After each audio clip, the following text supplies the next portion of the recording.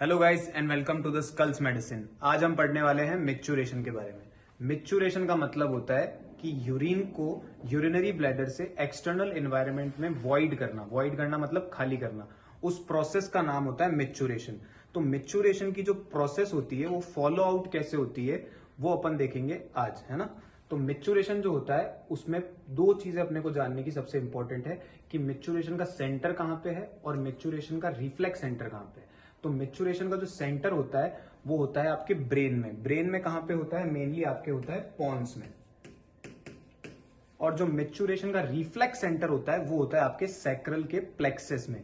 यहां पे आपके जो सैक्रल के छोटे छोटे नर्व्स निकलते हैं उसमें S2 पॉइंट जो होता है, उस S2 S3 जो आपका पॉइंट होगा वहां से निकलेगा सैक्रल प्लेक्सस, और उसी सैक्रल प्लेक्सस को अपन बोलेंगे मिक्चुरेशन का रिफ्लेक्स पॉइंट।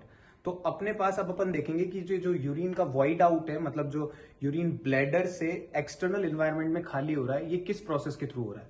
तो अगर यूरिन जो होता है वो अगर अपनी 250 ml ऑफ यूरिन अगर आपके ब्लैडर में भर चुका है तो एक अपन इससे देखेंगे इसकी जनरल एनाटॉमी क्या होती है।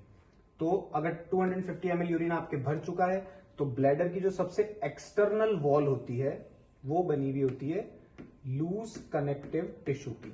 वो बनी हुई होगी लूज कनेक्टिव टिश्यू की, मतलब वो क्षमता रखती है कि वो स्ट्रेच आउट हो सके। लेकिन यहां पर एक और इंपॉर्टेंट चीज ये भी है कि ये जो लूज कनेक्टिव टिश्यू होते हैं इनके ऊपर जाती है कुछ नर्व एंडिंग्स।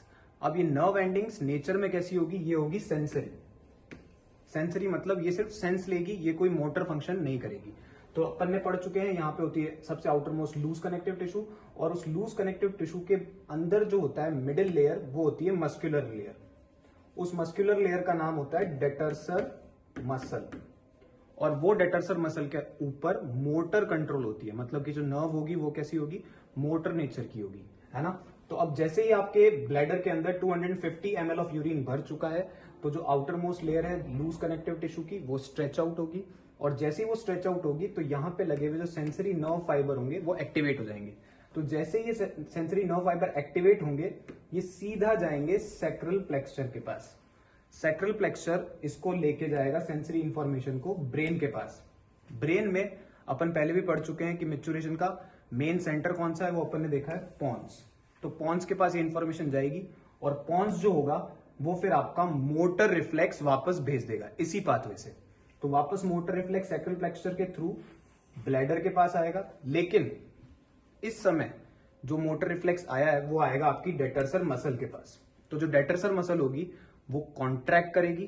तो डेटर्सर मसल जब कॉन्ट्रैक्ट करेगी तो यहां पे आपके दो स्फिंक्चर होंगे, एक तो होगा इंटरनल स्फिंक्चर यूरेथ्रल स्फिंक्चर, और इसके ही नीचे होगा एक्सटर्नल यूरेथ्रल स्फिंक्चर। जो इंटरनल एनल यूरेथ्रल स्फिंक्चर होगा वो होगा इनवॉलेंट्री कंट्रोल का, मतलब ये आपके कंट्रोल में नहीं है।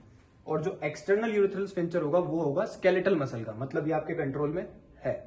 ठीक है, तो अब ये मोटर नर्व एंडिंग यहाँ पे आ चुकी है डेटर्सर मसल के पास। डेटर्सर मसल ने कॉन्ट्रैक्ट किया, और कॉन्ट्रैक्ट करने के बाद एक नर्व सेंसरी तो इसने डेटर्सर को दे दी और दूसरी दे दी इंटरनल यूरेथ्रल स्फिंक्चर को। और जैसे ये दोनों नर्व सेंसेशन मिली, यहां से ब्लैडर कॉन्ट्रैक्ट हुआ, ये जो यूरेथ्रल ओपनिंग थी ये हो गई ओपन, और फिर ये जो लास्ट वाली ओपनिंग होगी एक्सटर्नल यूरेथ्रल स्फिंक्चर की, ये डिपेंड करेगा आपके ऊपर, क्योंकि ये है स्केलेटल कंट्रोल में, कि मतलब जब आप चाहोगे तभी यूरिन क्या होगा? पास आउट होगा। Thank you.